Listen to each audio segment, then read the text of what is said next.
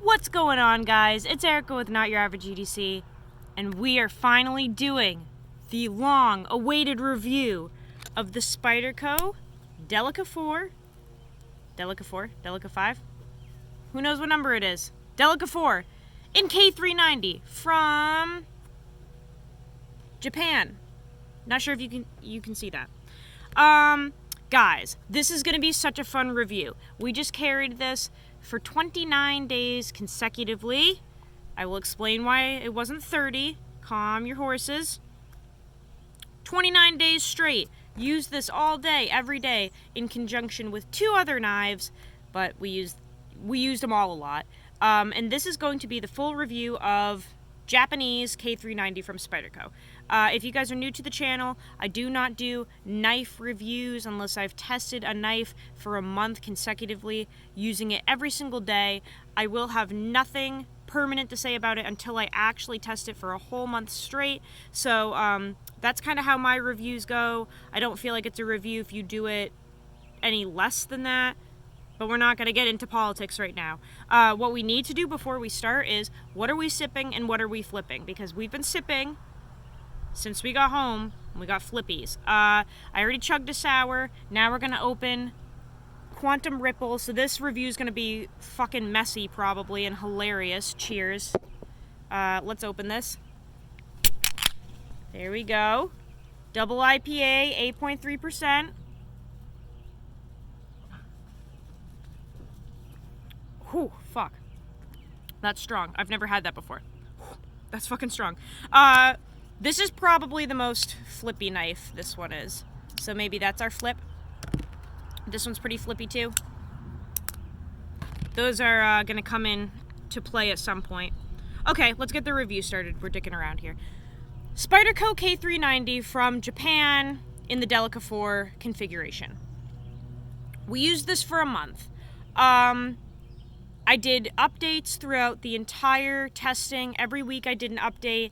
If I miss anything in this, it's probably in one of the updates, okay? This is kind of like the wrap-up conclusion of things. So, we love the Delica. It's great. It's a great size. It's a nice, lightweight, great summer carry. Fits really well in my, I guess I would say, small-sized hands. Oh my god, Romy's escaping the fucking yard. Romy! This motherfucker just escaped through this entire build. Why does this happen? We block it off with gates, and there she goes. Ugh. I knew that was going to happen, too. Like, I need to do a really important knife review. And Romy's like, hey, auntie, I'm going to escape the yard and give you a fucking heart attack. Romy, get over here. Look at this little bitch. Romy, come here. Come here. Oh, come on, Romy. That's a good girl. Oh, my gosh. What a good little fucker. She does that all the time, dude. Nicole's dogs have no boundaries. Okay, let's try this again. This is important. This is important stuff. Okay. Delica. It's a great size. It's a great weight. It's coming in under 3 ounces, which in my opinion is a lightweight carry. I have small hands if we're talking about dude hands. I have medium to large size hands if we're talking about girl hands. Like, I've got some fat fucking palms. I feel like my hands are decently sized for a girl, but all the boys say that my hands are small, but their hands are the size of, like, fucking gorillas, so I don't know. My hands, like, completely encapsulate a Delica, if that gives you any type of anything here.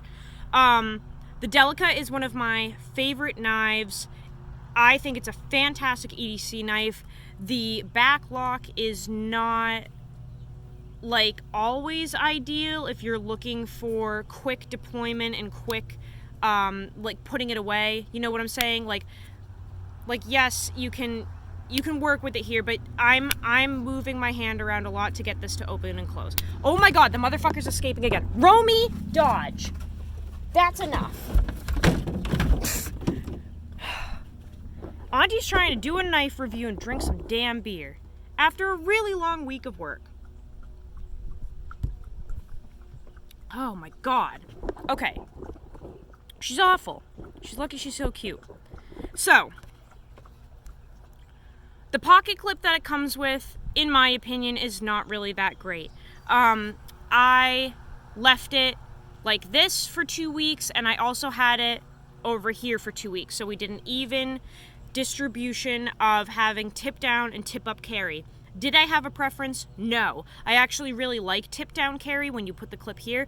I like how it comes out of the pocket like this. I actually really like that. However, almost everything these days is tip up, and I also don't mind that either. I really don't have a preference, but I will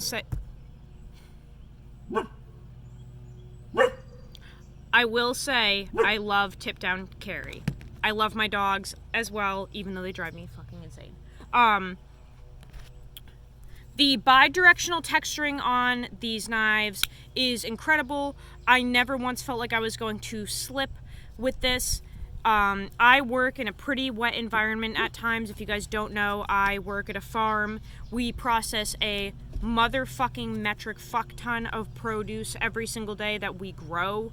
It's covered in dirt and water and juice and shit and cow shit. It's farm work, guys. It's wet, corrosive environments, and it's dirty and it's gross. And this knife never got any rust on it, even though it's a tool steel. No issues at all, right?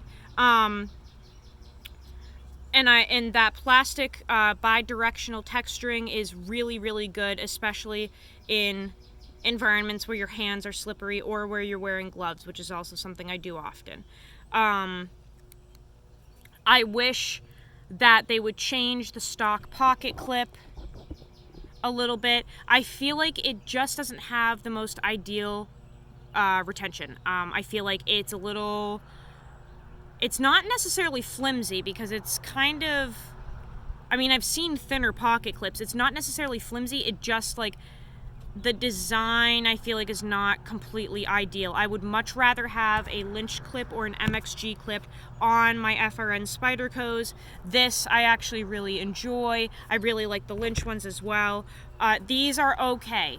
The stock clip is okay, but I did have this ride up out of my pocket a couple of times, which I've mentioned in the updates. Let's talk about the actual steel and the blade shape, because this is where we start to get into the good shit and it really shines. So number one, K390 is right now, I could finally say, my favorite steel. I was obsessed with this when I started using it. I could tell right away that I was going to enjoy it. The Seki City Japan K390 is way different than the American because of the heat treat. The heat treat on this is a little higher, and it absolutely changes the game. I am obsessed with Japanese Spyderco K390. Let's just emphasize how obsessed I am. So I have tested a lot of knives. I have a lot of knives. I use a lot of knives, and I've spent thousands on knives, right? Not once have I ever tested a knife and at the end of my testing thought, I need a bigger chunk of this steel because it's that good. Until K390. What is this? This is the Spyderco Delica. I was so fucking obsessed with this Delica and K390 that now I have to ship off to Shane to test, which I'm excited about, but I'm losing my K390 from Japan. I was so obsessed with the steel, I cannot be without it in my collection, that at the last minute, right before the testing ended, I bought an Indela from Knife Center in K390, literally the same fucking thing, just bigger, because I cannot be without the steel in my collection. That's how good it is, guys. I hard use my shit. I work at a farm. I'm not afraid to use my shit and to use my knives and to sharpen my knives. And I will tell you right now, Japanese K390 from Spyderco is something that you need to look into if you actually enjoy using your knives and you actually enjoy steel. This is the fucking balls. Look at this thing. I picked this up because I literally could not be without it. And I also wasn't going to tell Shane, like, oh, I don't want to send this to you now because I love K390 so much. I picked this up instead. I was like, fuck it, I'll have two K390s. If anything, I'll probably just give this one to Shane and keep the Indela. This steel is amazing. I'm not kidding, guys. This knife is pretty freaking big. The Indela is pretty big. It's like close to the size of paramilitary too. You can see a little bit hangs out, right? This steel is incredible, and I'm actually excited to have the Indela now, which I did use at work today, because it has a belly, and we're going to talk about the restrictions of a Wharncliffe, of this type of Wharncliffe in a second, but I'm super stoked to continue using Seki City K390 in the Indela form, because we have a big belly, and sharpening is going to be much more enjoyable for me on this type of blade, right? So I picked this up. I still have K390 from Japan in my collection. I'm going to send this off to Shane and probably give it to him. Shane, if you're listening, you can have this fucking thing, whatever. Happy birthday. I don't know when your birthday is. So that's how good this steel is. I had to purchase another one so that I still have it in my collection and can still use it, because it's my most reliable steel in terms of tool steel. That's how good it is. So this thing would go days and days and days without needing to be stropped or sharpened or anything, cutting through a lot of abrasive material. I'm talking about cardboard, plastic, garlic stems, like if you've ever worked on a farm and you actually know what real garlic looks like, not from the grocery store, it has fucking stems this long on it when you pull it out of the ground, and roots like this long, covered in dirt. And if you're actually selling it to people and not looking like you're pulling it out of a dumpster, you have to trim the stems, which are like dry as fucking crusty. It's like a tree branch essentially. And then the roots, like I said, are like this long, covered in dirt. Imagine a bushel basket full of like 300 heads of garlic that you have to process and shave and cut and trim for customers, that's covered in dirt. That's fucking abrasive, guys. It is. This shreds and didn't even need shit after that. That's insane, right? That is so insane. This can just go for days without needing help at all from a sharpening system. Romy, I swear to God. So that, I hope, clears things up about how incredible K390 is when treated fairly high. It's really damn good. Romy, Auntie's gonna start crying if you don't stop. Now, this K390 was more corrosion resistant than the K390 from Golden, Colorado. I tested that at the same time. The review will be coming out tomorrow. They're both K390. One is treated 1 or 2... Oh my God. Stop it. 1 or 2 points lower than this, right? So the USA stuff is treated a little lower than this. The stuff that's treated lower did rust and patina way more than the Japanese stuff. So if you're looking for a tool steel that won't patina as much and won't rust as much, get the Japanese stuff, guys. That's what I'm saying, is don't bother with the USA stuff if that's important to you. The edge retention on this is better. The corrosion resistance and stain resistance is better on the Japanese stuff.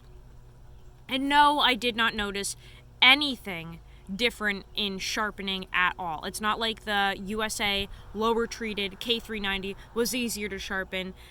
They were the same, and if I really had to pick what was easier, honestly, probably the Japanese stuff. This did better on water stones than it did on DMT stones, whereas the USA stuff really shined through on a 600 DMT stone.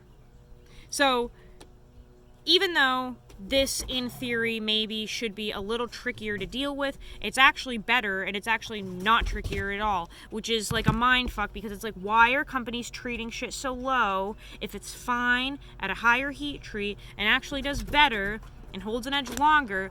Why are you doing that for toughness? It doesn't make sense. Go watch Alchemy's videos on that. He has a lot of good input, and he's not drunk like I am. So this steel is the shit. I am obsessed with it. This won't be leaving my collection at all. I'm obsessed with it. The dogs are being crazy, guys. I'm sorry. I did have to put a sharpening choil in there with the Dremel.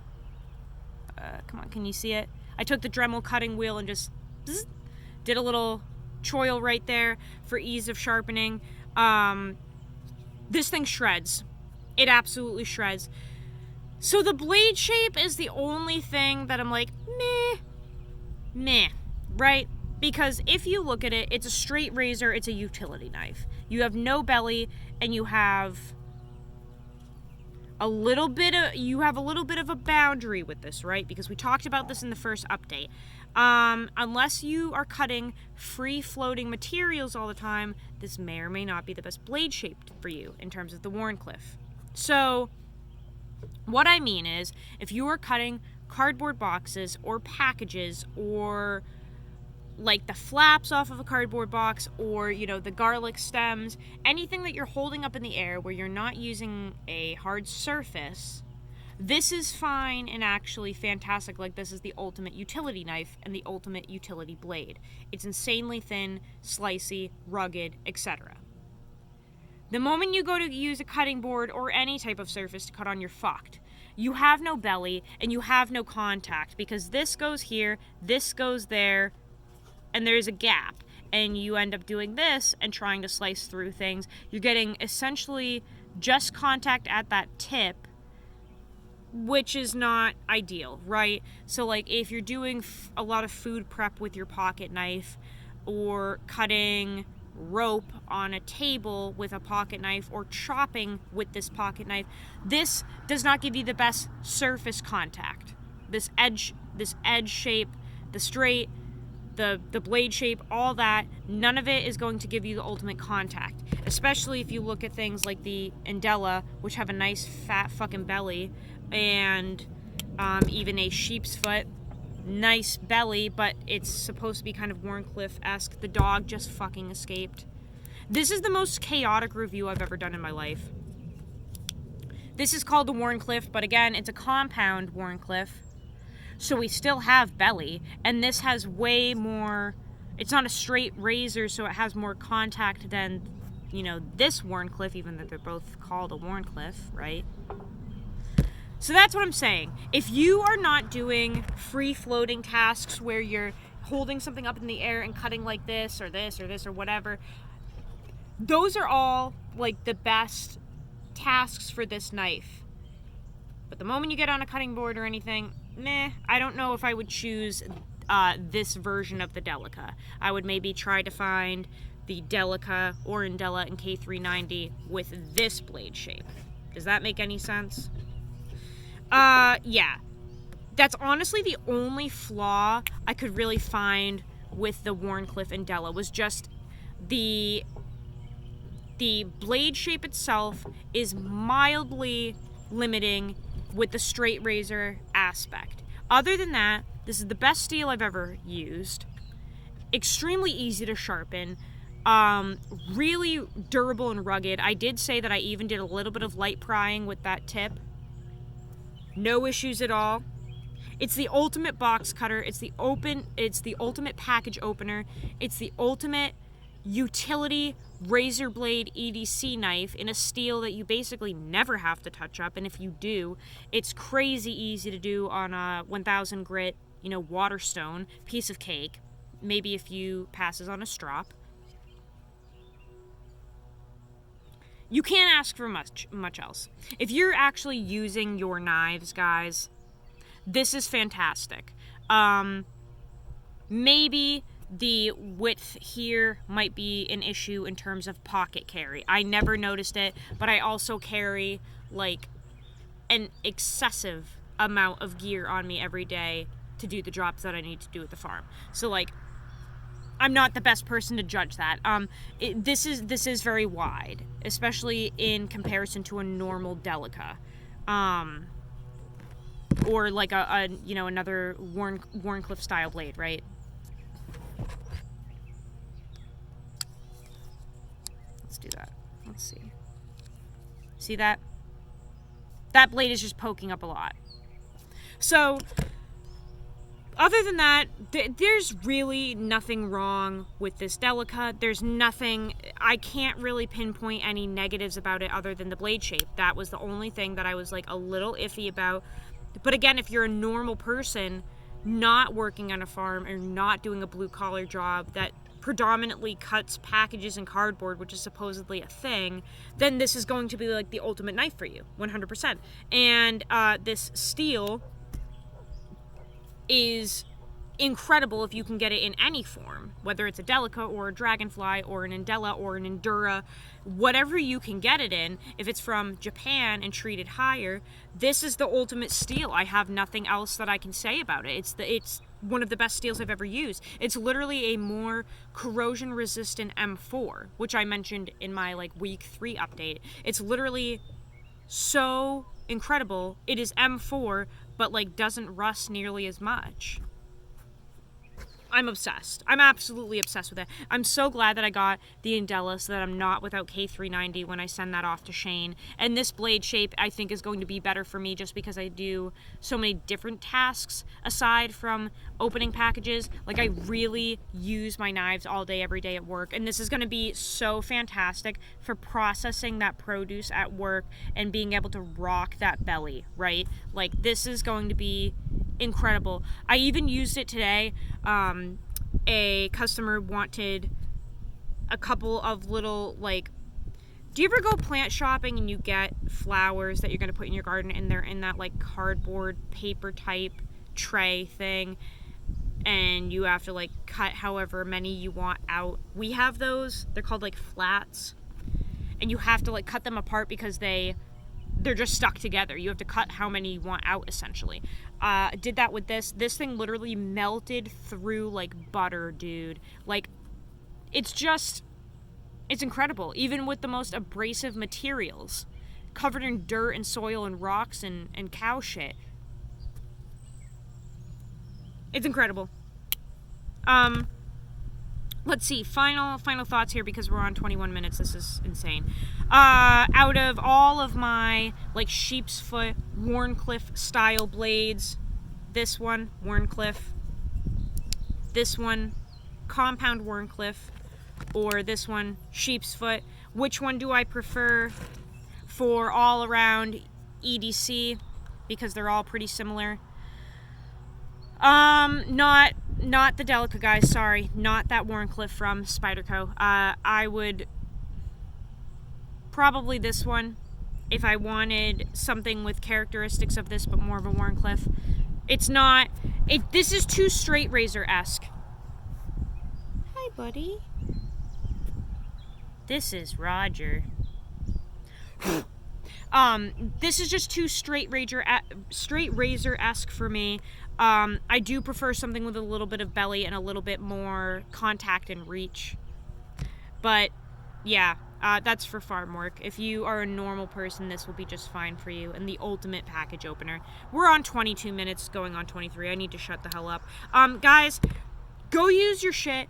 Go use your shit. A review is not a review unless you use your knife. So go use your shit. And I will see you on the next video after I use my shit.